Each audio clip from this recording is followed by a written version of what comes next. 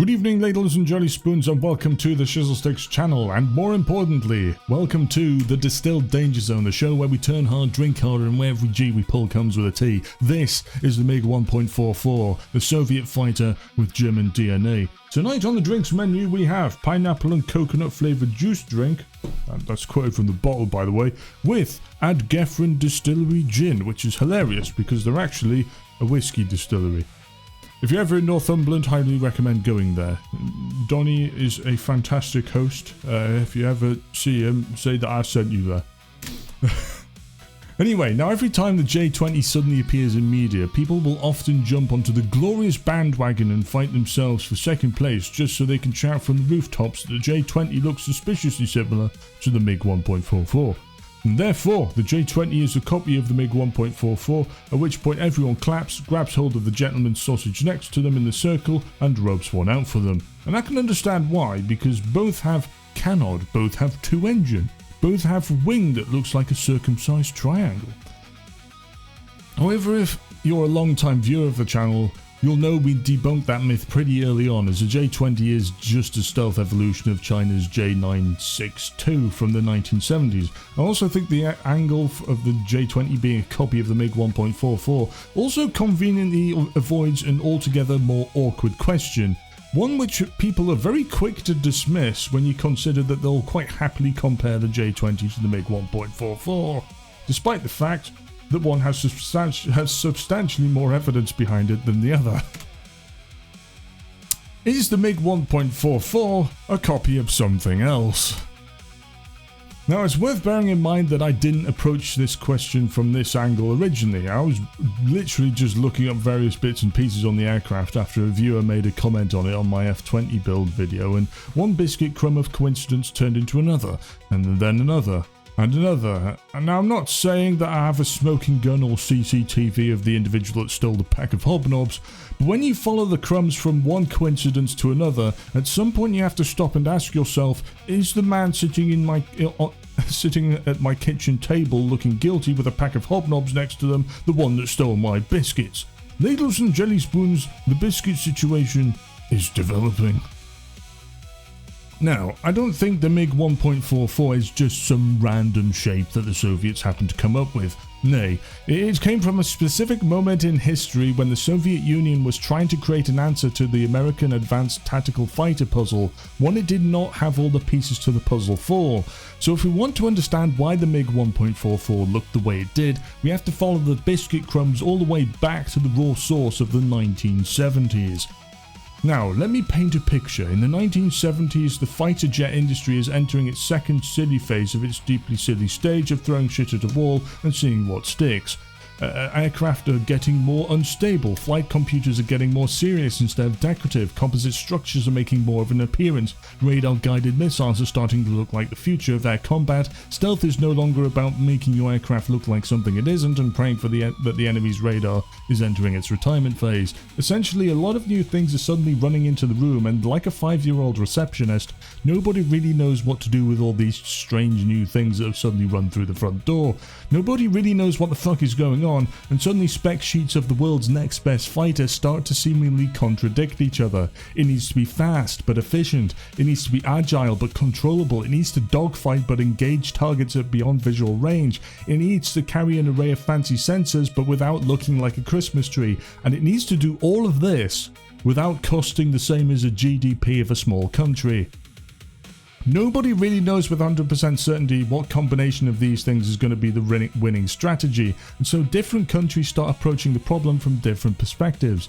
The Americans in this timeline obviously tackle the problem head on with the usual sensible strategy of throwing out the rule of it not costing the same as the GDP of a small country, and instead start the ATF program in 1981, or the Advanced Tactical Fighter program, which eventually gave us the YF-22, the YF-23, and eventually the production F-22. But Europe starts a bunch of random different programs which eventually turn out as either the Eurofighter or the Dassault Rafale. Now, before some of you start reaching for the gentleman's sausage next to you and start waving the Eurofighter in front of me, I see you. Sit down. We're getting there. Please be patient. But to do this properly, we need to address something first, because the Eurofighter answer is too easy, and on the Shizzlesticks channel we can do better than that. Now, here's where most people miss the mark, because when someone points at the Eurofighter and says, "But it got canards too, it's convergent evolution, you're seeing Jesus patterns in the toast," what they're really doing is assuming that the Soviets were operating in the same design tradition as everyone else. And they weren't. European industry has been chewing on canard-delta thinking since the early 70s. Like the Saab Gripen had close coupled canards in 1967, BAE's EAP, Dassault's ACX, the TKF family, all canard-delta with relaxed stability and fly-by-wire. So when the Eurofighter ends up looking like the canard-delta, that's because half of Western Europe had quietly been bolting canards onto things for the last 15 years prior. The Eurofighter is the culmination of a tradition. The convergent evolution argument actually works for them in this instance. The Soviets had no such tradition. Look at the lineage: the MiG-6 and the MiG-15, the MiG-17, the MiG-19, the MiG-21, the MiG-23, MiG-25 and the MiG-29. Every single one of those is a conventionally tailed aircraft with wing root or nose-mounted intakes. Sukhoi did its own thing with the Su-27, but again, conventional layout with leading-edge root extensions. The Soviet doctrinal tradition at this particular point in time is largely stable airframe, big engines, pointed at the problem and pull the trigger. It's not integrated. I'm having a stroke, excuse me. It's not integrated canard-delta with relaxed stability and flight computer doing 90% of the work. So, the MiG 1.44 doesn't represent an iterative Soviet design evolution, but it does represent a doctrinal rupture. Mikoyan didn't gently dip a toe into one or two new concepts in the same way that the MiG-29 cautiously explored relaxed stability. The MFI program goes from 0 to let's adopt the entire European canard-delta playbook simultaneously in one fucking aircraft. Canard-delta layout, ventral intake, relaxed stability, fly-by-wire, composite emphasis, thrust vectoring interest, high alpha agility focus, all at once with no notable in-house heritage for any of it as an integrate. I'm really having a hard time with that word. An integrated package. There we go. Got there in the end. The Soviets didn't do any iterative design philosophy shifts leading up to this. This was a doctrinal commitment. And if the MFI is a doctrinal commitment that appears to have come from nowhere internal, that at least to me means it almost certainly came from somewhere external. The Eurofighter copying the TKF-90 isn't a story because the Eurofighter is the TKF-90's natural descendant, born out of the same European design conversation MBB was already a part of. But the Soviets adopting the same playbook without the same 15-year run-up, that's the equivalent of somebody who's never cooked in their life turning up to a dinner party with a perfectly executed souffle. It's technically statistically possible, but you might want to check to make sure Gordon Ramsay doesn't coincidentally happen to be in the same bloody kitchen. And that, ladles and jelly spoons, is what makes this interesting, because the question stops being, did the MiG 1.44 look like the Eurofighter? And the question instead becomes, where the fuck did the Soviets get the entire 1980s European fighter design philosophy from, given they absolutely had none of it 5 minutes earlier? Now, the protagonist in our story is West Germany, because while all of this chaotic stuff is floating around in the late 1970s, they've not just been sitting there twiddling their thumbs. Nay, they've got places to be, things to do. So they start poking MBB with a big stick. MBB were to some extent better formerly known as Messerschmitt, and no, I'm not going to try and pronounce the full name of the actual company. MBB stretches, pops a squat, and pulls out the TKF-90 program out of their arse and starts playing around with it along with Dornier. Now, the TKF-90 is not one aircraft, but the star of our show for us is the one in the bottom right. And I know what you're thinking. You're thinking that I've also started reaching for the gentleman's sausage next to me too. But wait, there is in fact more. Now, we obviously can't look at this plane without acknowledging the obvious. Canard-delta layout, twin engines, twin fins, lower ventral intake logic, relaxed stability, and advanced control thinking. a strong emphasis on agility with an expired article from 1982 edition of Flight Global indicating MBB would be incorporating, quote, limited thrust vectoring, unquote, which makes sense because MBB was later a partner in developing the X-30 Long alongside Rockwell, which explains why the X-31 seemingly takes design cues from the Eurofighter. But also notably, the design did not use a fully mature stealth shaping discipline that we later associate with the F-22. It looks suspiciously like something that maybe started to worry about radar signature, but put most of their eggs in the agility basket just to be on the safe side. But for us, the most damning part is that every single one of those 8 features has something in common with the MiG 1.44. We have a trail of 8 breadcrumbs so far. Now I appreciate some of those crumbs are a bit generalistic, but we're not done yet, and it's worth noting that the MiG 1.4 has not actually entered the picture in the timeline so far. Anyway, roughly around that time the TKF-90 concept is unveiled, America makes a formal move towards the ATF program, and nobody outside the program knows the full picture. The Soviets know that America is moving towards something nasty. They can infer the broad requirements like supercruise, stealth, high agility, advanced avionics, better beyond visual range capability, survivability against improving air defenses, but knowing the broader requirements from the threat is not the same as knowing the shape of said threat, and that distinction is very important. So if you're sitting in Moscow sweating nervously at this new enemy program that suddenly appeared, and your job is to work out what the Soviet answer needs to be, you need clues. Everything from public information, technical papers, airshow gossip, NATO industry patterns, and anything your sneaky KGB intelligence people can get their little paws on. You also need proxies.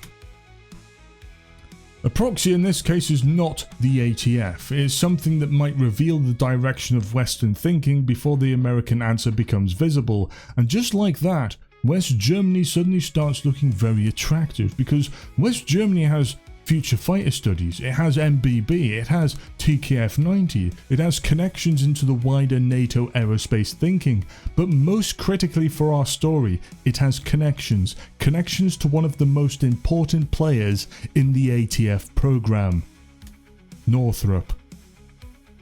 If you're familiar with the F5 video, you could probably already guess where this is going, and if you haven't, go piss off and watch that video instead.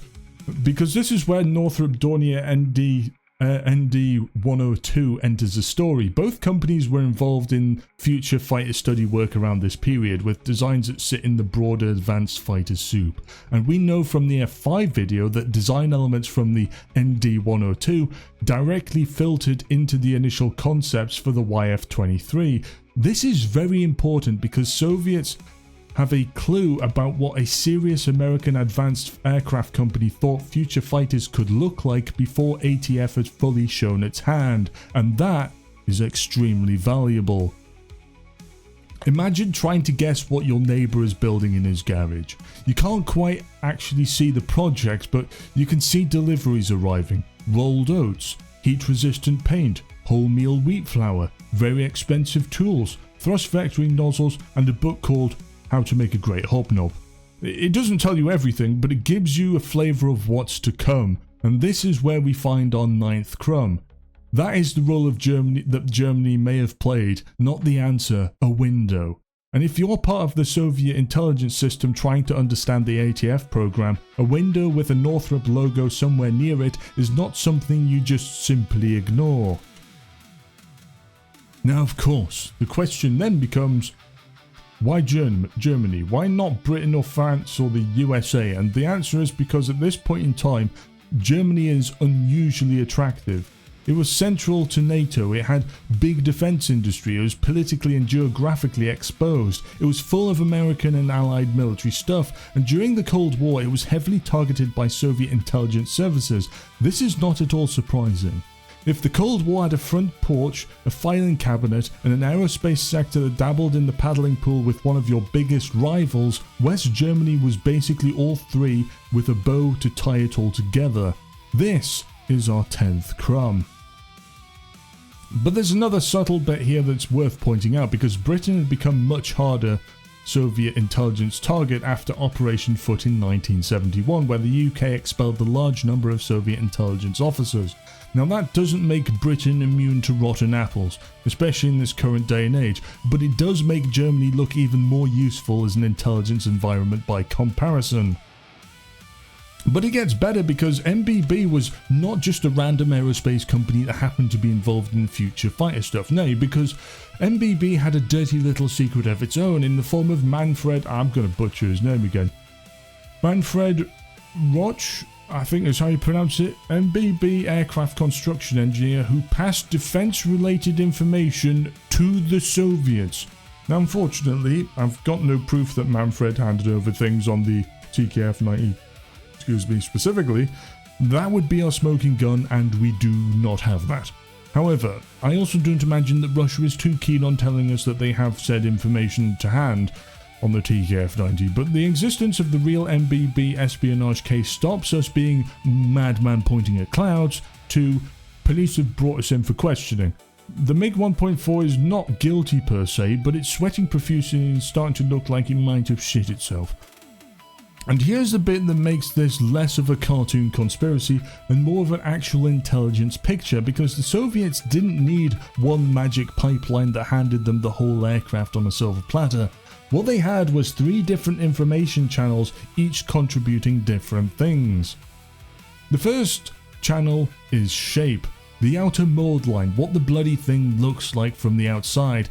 That one's easy because the Soviets didn't need to steal it. MBB literally rolled the TKF-90 out in at ILA Hanover in 1978, and anyone with a press pass photograph with a press pass could photograph it. The shape was free. The Soviets had literally just to turn up with a camera and a notepad. The second channel is philosophy, the why this shape question. Why the ventral intake instead of wing root? Why this canard position? Why these stability margins? That stuff, it doesn't get photographed at air shows because it lives inside engineering trade studies, internal design memos, performance models. That's the bit you'd want Manfred for. We don't know that he handed that information over, but he was in exactly the right company at exactly the right time, and saying that the cupboard door was open is putting it lightly.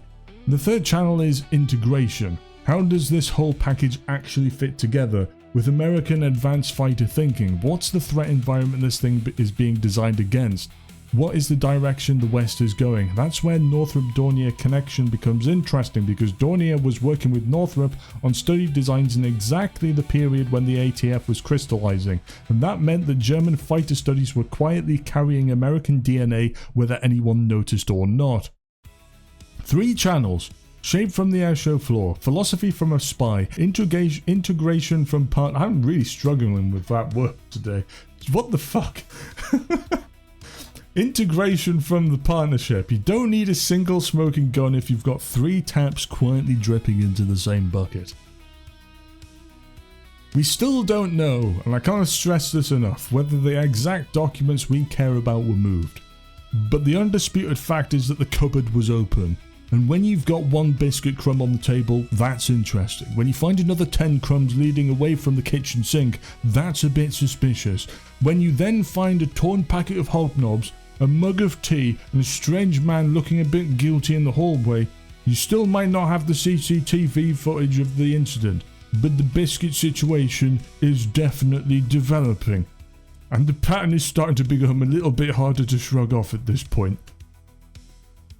So by this point, the Soviet analyst desk is starting to look less like a clean intelligence assessment and more like a conspiracy pinboard where the string has somehow managed to achieve sentience.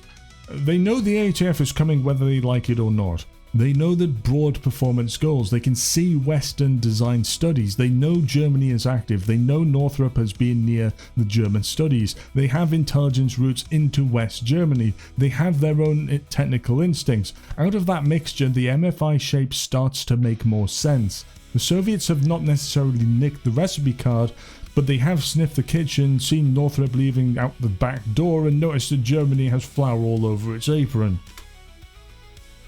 But there's more, because despite showing off their new toy like it was the best thing since sliced bread, the Russians didn't take the MFI, polish it up and slap a new radar in it, and give it a menacing new paint job. and say, yes lads, this is the one.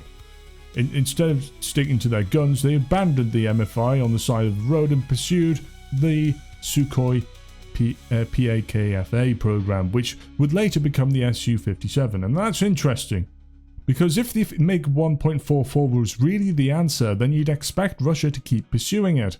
They had already spent the money, they'd already built the demonstrator, they already dragged the poor bastard through the collapse of the Soviet Union, but Russia instead pivoted to the Su-57 and sunk money into that instead. That is not something you do unless something has gone horribly wrong, and I think horribly wrong in this case might partially be the collapse of the Soviet Union, because that sort of thing has a tendency to put a downer on things like funding, but also, and more importantly, the fact that they probably realized the MiG 1.4 was not the solution they were hoping it would be. In other words, to put it in plain English, they tried to take a shit before pulling their trousers down. Now, I know there are some people out there snorting suspicious white powder and pointing aggressively at the MiG Ye-8, a counter-argument while reaching for their own gentleman's sausage. And on the face of it, it actually sounds like a reasonable argument. Convergent evolution in engineering is obviously a thing that exists, and the Ye-8 sets a thin precedent for MiG having explored canards and ventral intake.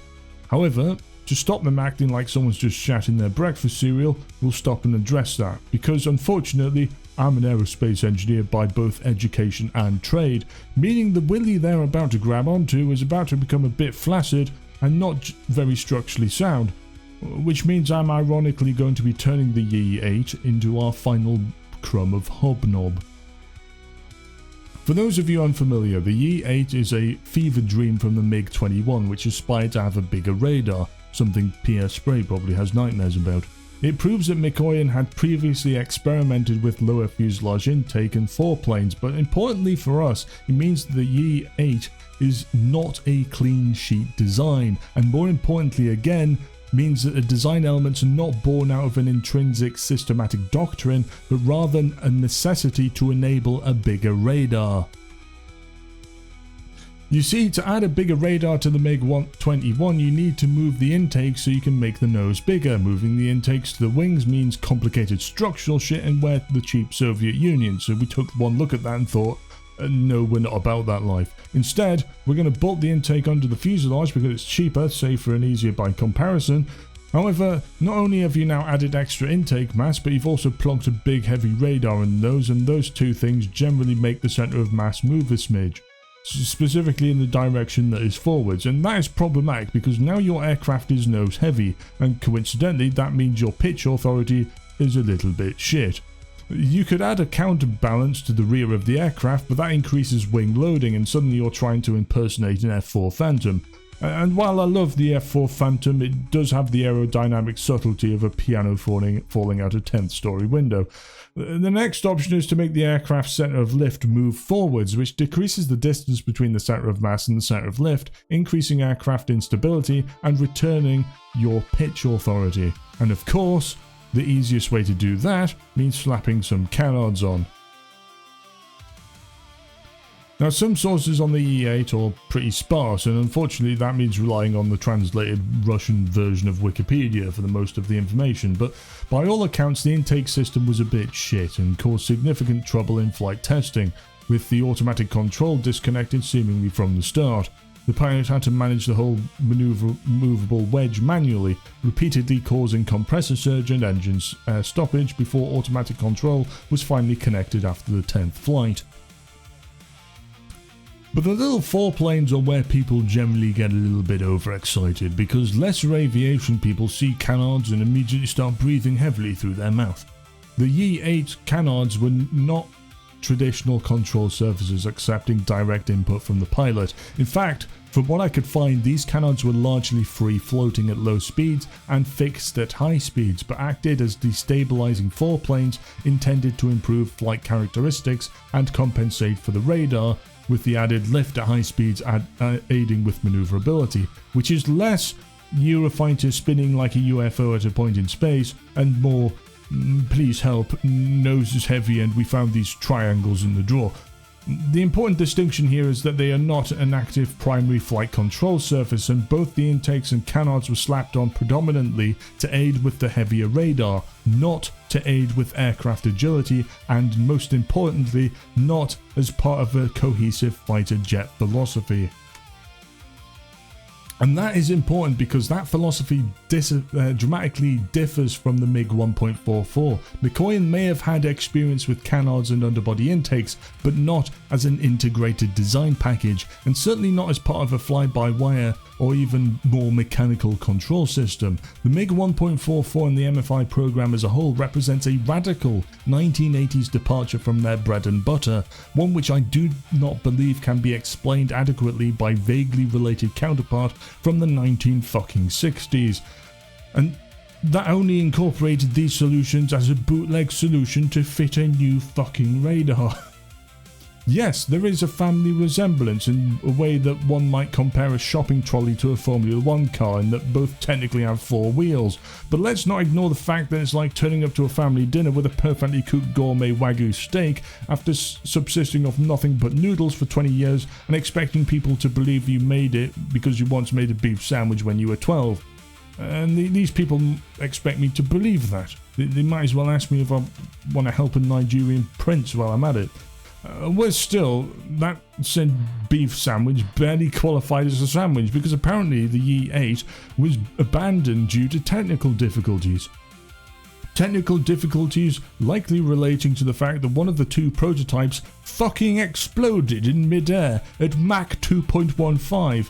Test pilot Georgy Moslov somehow survived ejecting from the aircraft at Mach 1.78, presumably without his brown trousers on, so he could be protected from the forces at play by the sheer size of his fucking testicles. And that, ladles and jelly spoons, is our final crumb of Hobnob. At this point we have left the simple tidy world of one aircraft looks a bit like another and entered the darker shadow realm known as why are there crumbs in the hallway, and why does Mikoyan smell faintly of West German Hobnobs? Does it prove beyond a shadow of a doubt that the MiG 1.44 copied the German TKF-90? No.